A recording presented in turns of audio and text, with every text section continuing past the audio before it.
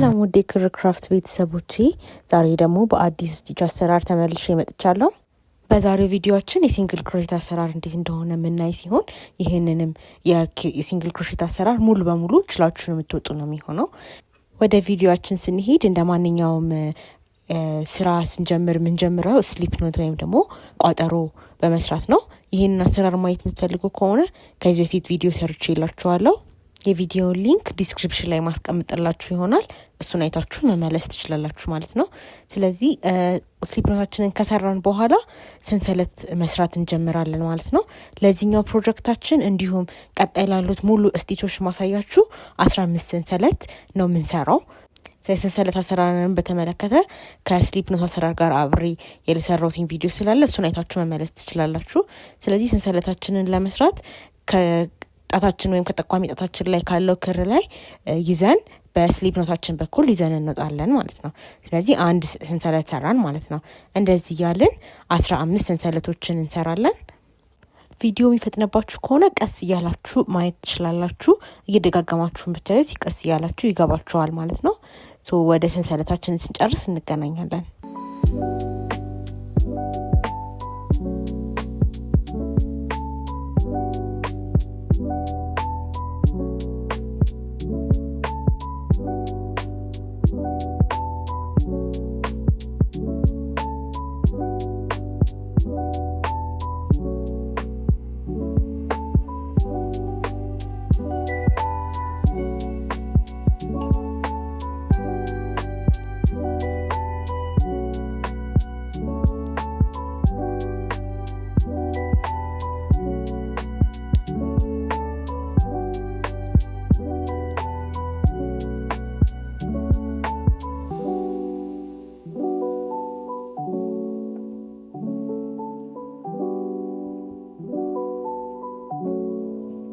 እንደምታዩት ሹሩባ የሚመስል ቪቪ ቅርጽ ያላቸው ሰንሰለቶችን እየሰራን መተናል ማለት ነው። ስለዚህ ሰንሰለቶቻችሁን ለመቁጠር ምንድነው ማድረግ የሚጠበቅባችሁ? ቪ የምትመስለዋን ቅርጽ መቁጠር ነው የሚኖርባችሁ ማለት ነው። ስለዚህ አሁን እኔ ያለሁበትን ደረጃ ቆጥሬ ማወቅ እችላለሁ። አንዷ ቪ ማለት አንድ ስቲች ነች ማለት ነው። አሁን በቀጥታ ምን ሄደው ሲንግል ክሮሼት አሰራር እንዴት እንደሆነ ነው ምናየው ማለት ነው። ሲንግል ክሮሼት ልንሰራ በፈለግነው ቁጥር ላይ ሁል ጊዜ አንድ ሰንሰለት ሰርተን እንጀምራለን። ይህ ስለዚህ 15 ሰንሰለት ሰርቼ ስለነበር እኔ አንድ ሰንሰለት ሰርቼ 16 አድርጌዋለሁ ማለት ነው። ስለዚህ ያንን ሰንሰለት ዘለን ቀጣይኛው ሰንሰለት ላይ እናስገባለን። ስናስገባ ታዲያ በሁለቱም መካከል ነው ማለትም ቪ በምትመስለው ቅርጽ ላይ ከኋላ ሁለቱንም ሁለት መስመር ያለውን ትተን ከታች አንድ ሲቀር እናስገባና አንድ ክር ይዘን እንወጣለን ከጠቋሚ ጣታችን ጋር። ስለዚህ ኪሮሻችን ላይ ሁለት መስመር ይኖረናል። ሁለቱም መስመር መዝጋት ነው ማለት ነው ሲንግል ክሮሼት። አይዟችሁ ግራ ሊያጋባ ይችላል፣ ግን ቀስ ብላችሁ እዩት። ቀጣይኛው ቪ ላይ ኪሮሻችንን እናስገባለን። ኪሮሻችንን ስናስገባ ታዲያ አንዱ ክር ላይ ብቻ ሳይሆን ሁለቱንም ክር ላው ከላይ መሆን ያለባቸው። ከዛ ከጠቋሚ ጣታችን ክር ይዘን እንወጣለን። ከዛ በኋላ ሁለቱን ክሮች እንዘጋለን ማለት ነው። ኪሮሻችን ላይ ግን ሁለት ክሮች መኖራቸውን እንዳትረሱ። ያ ነው ሲንግል ክሮሼት የሚያስብለው። ምክንያቱም ኪሮሻችን ላይ ያለውን ክር አንዴ ብቻ ስለምንዘጋ ሲንግል ክሮሼት እንለዋለን ማለት ነው።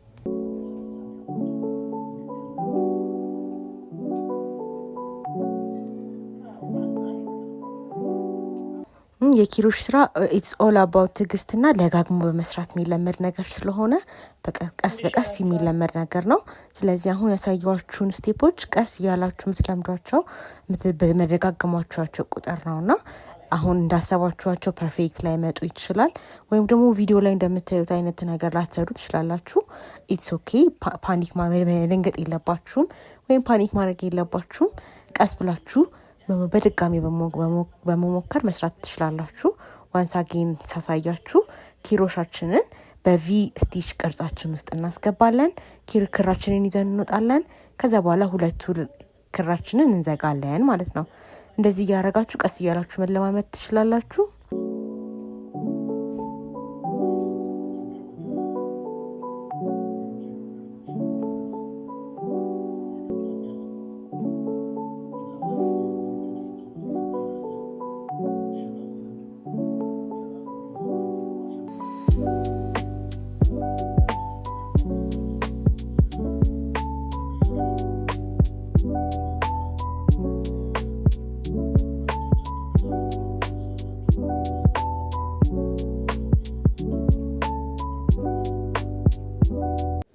እንኳን ደስ አላችሁ። የመጀመሪያ ሮ የኪሮሽ ወይም ደግሞ የሲንግል ኪሮሽ ሙያችሁን ሰርታችኋል ማለት ነው። ስለዚህ ቀጣይ እንዴት ነው የምንቀጥለው ካላችሁኝ ይህንኑ የኪሮሽ ስራ ለማዞር አንድ ሰንሰለት እንሰራለን። ከዛ በመቀጠል ኪሮሻችንን ወይም ደግሞ የሰራነውን እንደ መጽሐፍ እንደምንገልጠው እናዞረዋለን ማለት ነው። ስለዚህ ከዛ ላይ ደግሞ ድጋሚ ቀጥለን መስራት እንችላለን።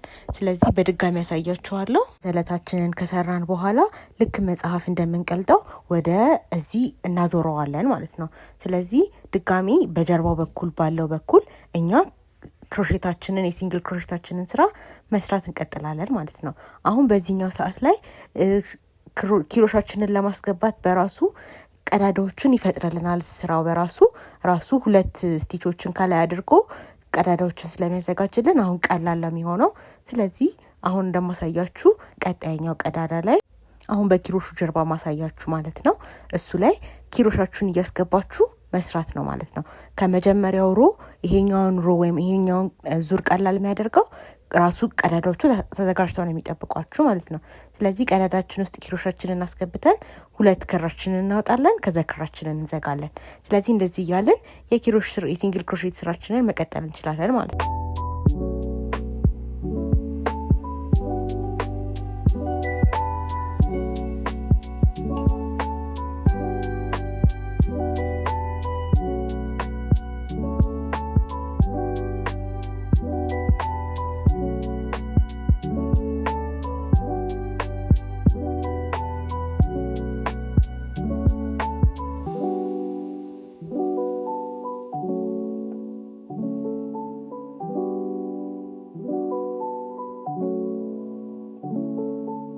አሁን እንደምታዩት ሁለተኛ ዙራችንን እየጨረስን ነው። ኪሮሻችንን ከዘጋን በኋላ ድጋሚ ምን እናደርጋለን? አንድ ሰንሰለት እንሰራለን ማለት ነው። እንደምታዩት ሁለተኛው ዙራችንን ስጨርስ ይሄንን ይመስላል። እንዳያችሁ ጥቅጥቅ ያለ ነው። ስለዚህ ሲንግል ክሮሼትን ጥቅጥቅ ላሉ ስራዎች ብትጠቀሟቸው እመክራችኋለሁ ማለት ነው። ስለዚህ ሰንሰለታችንን አልሰራንም ነበር። አንድ ሰንሰለታችንን ሰርተን እንደለመድ ነው ልክ መጽሐፍ እንደምንገልጠው ኪሮሻችንን እናዞራለን ማለት ነው። የምንሰራውን ፕሮጀክቱን እናዞራለን። ስለዚህ ቀጣይም አሁንም ቀዳዳዎቹ እንዳሳየዋችሁ ቅድም ተዘጋጅተው ስለሆነ የሚጠብቁን አሁንም አያስቸግርን። ስለዚህ እየወጋን መስራት እንጀምራለን። የኪሮሽ ስራ በአንዴ ፐርፌክት አይመጣም። እንዳያችሁት ክሮቹ ሊተጣጠፉ ወይም ሊጠቀለሉ ይችላሉ። ነገር ግን እሱ በራሱ የራሱ ቴክኒክ አለው። በሌላ ቪዲዮ ምሰራላችሁ ይሆናል። አሁን ወደ ሲንግል ክሮሼታችን ስንመለስ ባልኳችሁ ቀዳዳዎች ውስጥ ከላይ በቪ ቅርጽ ሆኖ በሚታዩን ራሱ እንትኑ ባዘጋጀው ቀዳዳ ውስጥ እየገባን ስራችንን እንቀጥላለን ማለት ነው።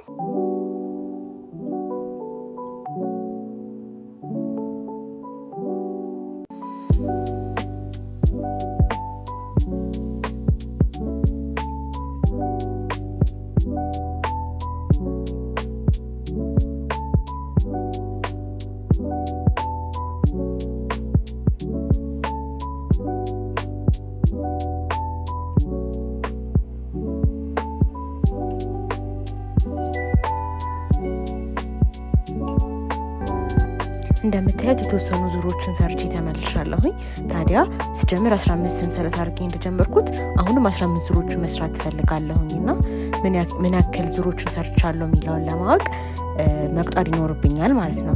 ስለዚህ እንዴት እንደሚቆጠርም በዛው አሳያችኋለሁ። የዚህ የኪሮሽ ስራ ወይም ደግሞ የሲንግል ክሮሼት ስራ በጣም ደቃቅ ስለሆነ በጣም ሊሸውድ ስለሚችል በጥንቃቄ መቁጠር ይኖርባችኋል።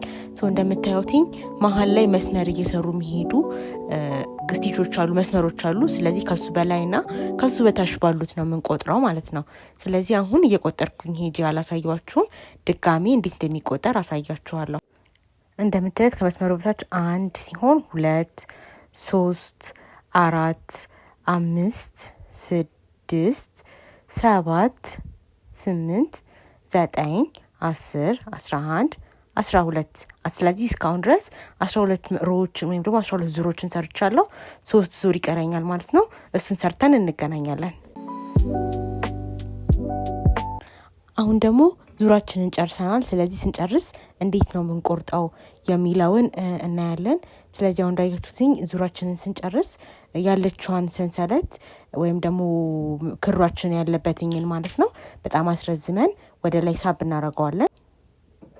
ከዛም በኋላ የክራችንን ጫፍ ከክራችን ኳስ ካለበት ጋር ቆርጠን እናመጣውና የክሩን ጫፍ እናወጣዋለን ማለት ነው። ስለዚህ ያኔ አይተረተረብንም ወይም ደግሞ ጫፉን ቋጠር ነው ማለት ነው። ስለዚህ ሲንግል ክሮሼታችንን በዚህ መልኩ ሰርተን ጨርሰናል ማለት ነው። ከዚህ በኋላ ያሉትን የክር ጫፎች ወይም መቁረጥ እንችላለን ወይም ደግሞ በቴፔስትሪ ኒድል ወይም በመርፊያችን ተጠቅመን መስፋት እንችላለን ማለት ነው። የስራችን ፋይናል ስቴጅ የሚሆነውም ደግሞ የተቆራረጡ ክሮችን ጫፎችን ሁሉ አጽድተን መጨረስ ነው ማለት ነው። ስለዚህ ሲንግል ክሮሼት ይሄንን ይመስል ነበር። በቀጣይ ቪዲዮ እስከምንገናኝ ድረስ መልካም ጊዜ ይሆንላችሁ። ሰብስክራይብ ማድረግ እንዳትረሱ። ባይ